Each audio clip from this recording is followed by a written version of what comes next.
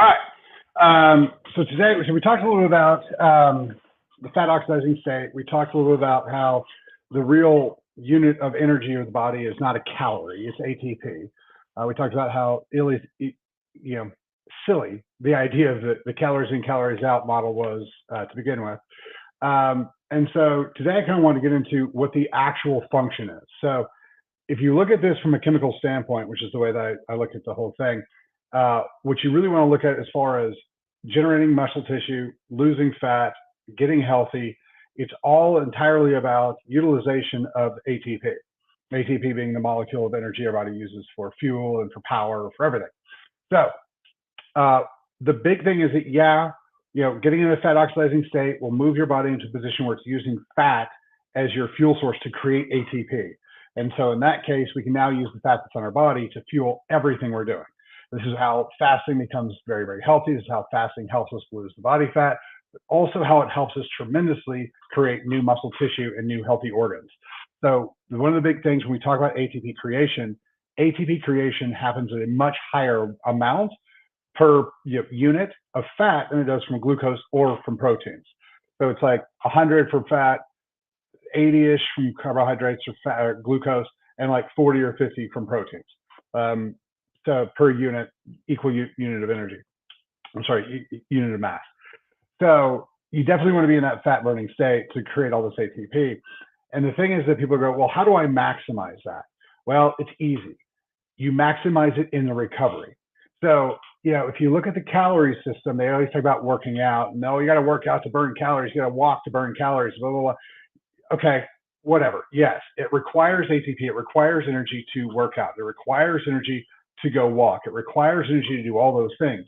However, rebuilding your tissue takes a giant amount more. Think of it this way.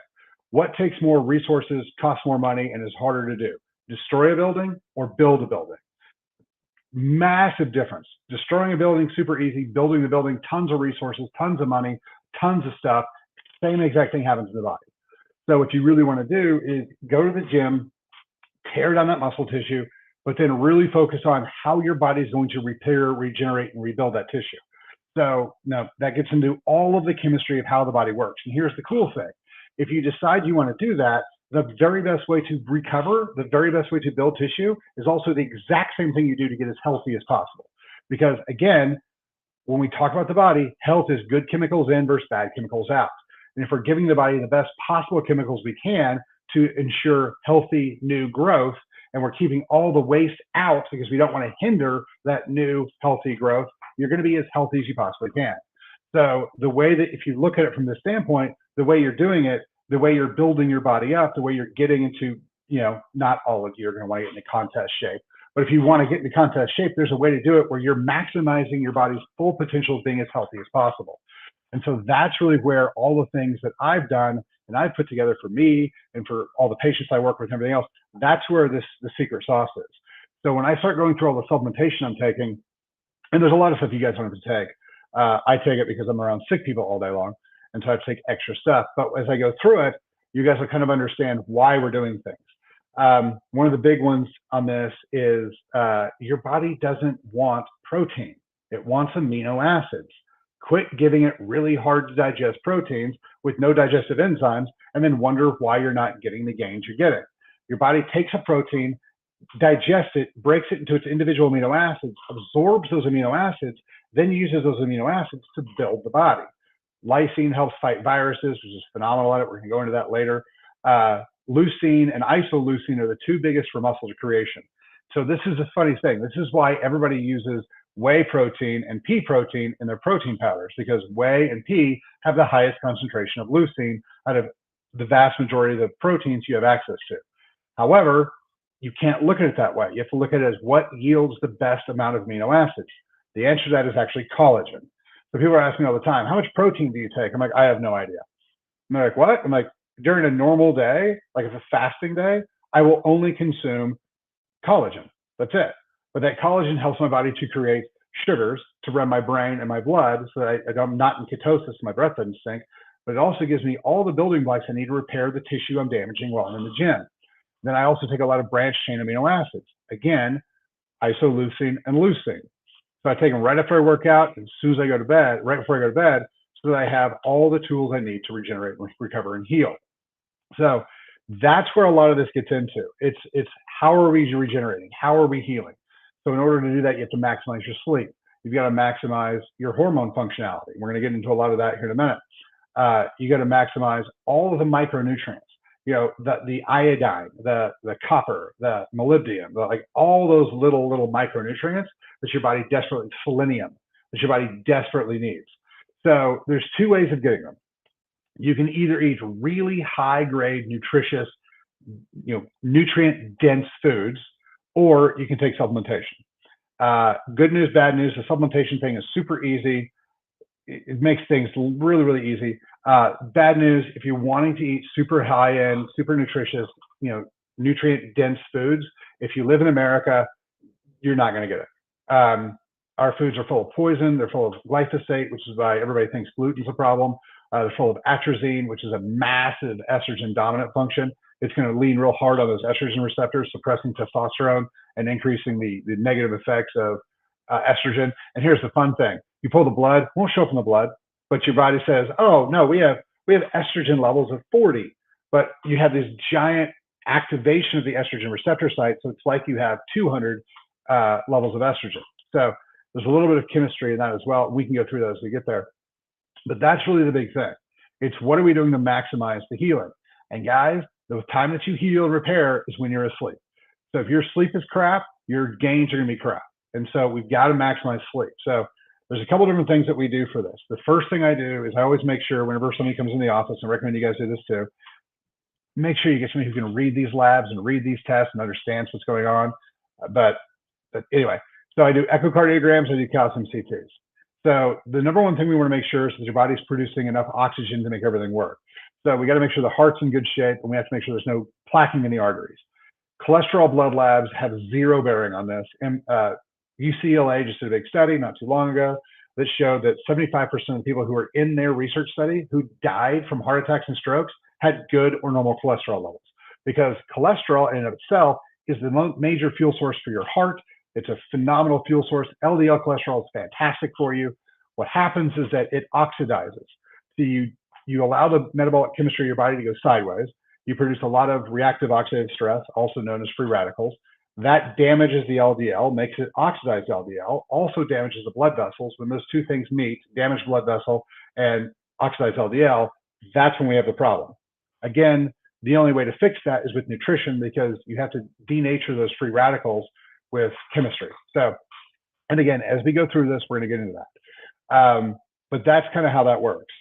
So you've got to make sure that your heart's good. So echocardiogram is a video of your heart beating, making sure there's no leaks, making sure the pressure's right, the amount of blood that's actually kicked out of the heart is the right amount. It's called the ejection fraction. So we got to make sure that's good. And then the calcium CT is an X-ray of the chest, shows us if you have any plaquing. There's a really cool one that uses dye and AI technology to map the inside of the blood vessels. It's a great test. You most likely don't need it. So do the calcium CT, do the echocardiogram, make sure your heart's good, and then do a sleep study. And people tell me all the time, oh, I sleep great. I feel awesome when I wake up in the morning. I don't care. I want objective measurements. Is the oxygenation in your body as high as possible during your sleep? If you're at 95 or above, you're fine. If you're at 88, 89, medically they'll tell you you're fine, you don't have apnea. I'm going to disagree with that, because again, this isn't what's available to survive. What we're talking about is what is the best function to thrive. And so I want your oxygen, 95 or above at night. So when I did my first sleep study, it was abysmal. And what I ended up having to do is I got a CPAP. That helped, but it didn't get me where I wanted to go. So I have an oxygen concentrator hooked to my CPAP, blowing pure oxygen in my face all night long, so my oxygenation is as high as possible. So that's going to help tremendously with not only burning fat, but rebuilding everything in the body. Remember, when we oxidize the fat, we're adding oxygen to it. So without oxygen, you're not going to get where you want to go. So speaking of oxygen, the other thing I do a lot is while I'm like researching and reading, I'll do it in my hyperbaric chamber. With hyperbaric oxygen, you can increase the oxygen to the tissues by up to 1,000%. We use this a lot during COVID. It was the number one thing that kept people alive. If you do any diabetic research, it'll show that people who have wounds, like cuts on their feet, and their feet's not healing, what they can do is they can go through and put them in a hyperbaric chamber, and it will oxygenate the blood, and all of a sudden the wounds start to heal. the way it works is it uses what's called Boyle's law and actually forces oxygen in between the red blood cells into the plasma or into the water of the blood. So think about like if you're making soda, put the CO2 cartridge in, you go, and all of a sudden there's bubbles in the water. Same concept, except for you're not going to have bubbles in your blood. You're going to have oxygen throughout. So it's a great way to do it. All my pro athletes get these chambers in their house. Massive changes in the rehab, the recovery, and everything else. It's also amazing for concussions. There's a whole protocol I use with hyperbaric chambers for this, and we usually cut concussion times in half. So like the NFL will be like, you're going to be out for 6 weeks, and 2 or 3 weeks later you're fine, because again, it's chemistry. But that's kind of where we're going. So as we go through this supplementation, the thing about it is that we're trying to maximize the chemistry. And I'll tell you ahead of time, I run on the 120% rule. If I think that if it's something that's not going to damage me if I take twice as much as I'm supposed to, I figure out more or less what I think I need, and I take 120% of that, because I don't know, like if I have a really stressful day, or if I didn't sleep great, or barometric pressure is up, whatever.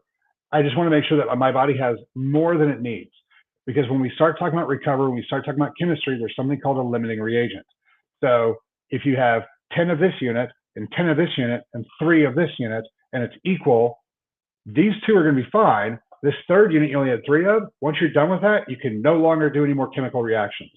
And so that's the thing. We want to make sure we have more than enough of everything we need, unless it's detrimental. So like some of the fat soluble stuff like vitamin E, we're really careful with. But some of the other stuff that doesn't matter, like B vitamins, we're going to make sure we have as much as we can, because methylated B vitamins are super hypercritical to all function in the body. So we're going to start tomorrow on some of the supplementation stuff we're doing and why. There is no particular order. I'm literally just going to grab it out of the cabinet next in line type of deal. A lot of this stuff we have on the website. And remember, anything that you guys get from either the Seawell store or from pillarsofwellness.com, all the profit from those supplements that you buy is going to go to our charity, helping veterans and first responders beat PTSD and addiction using ketamine and psychedelics. So a little touch on that. If you guys have depression, if you guys have issues with anxiety, if you guys are having issues mentally, look into ketamine, look into the psychedelics. It is phenomenal. The research is unbelievable. We've been able to do things with people like ending their addictions, ending their PTSD in like 3 weeks, and it's 90% is gone. The research shows 85% of the time you can end PTSD and addiction with ketamine. So look at ketamine, look at psilocybin. Cannabis kind of fits in this realm as well. But these are the things that we need to start looking at. These things that help the body heal and help the body move into the direction they need to go. Because that's really where health and wellness is. I always tell people wellness is good chemicals in versus bad chemicals out. And it's defined as the highest quality of life for the longest quantity of time. And so, that's kind of it. It's really kind of depends upon how strong your mind is and how much you want it and what you're willing to do. That's where this all comes down. So on that, Steve Kuklo and I are going to get together today about 3:30. We're going to live stream that. We're going to talk about all the stuff about getting involved in signing up for and starting to do professional bodybuilding shows. So he's going to walk me through some of that. We're going to talk about posing and all that type of stuff. So we'll do that live today. Check that out. If you guys have any questions at chalmerswellness.com, or just toss them in the comments and we'll get to them. Talk to you guys soon. Thanks. Bye.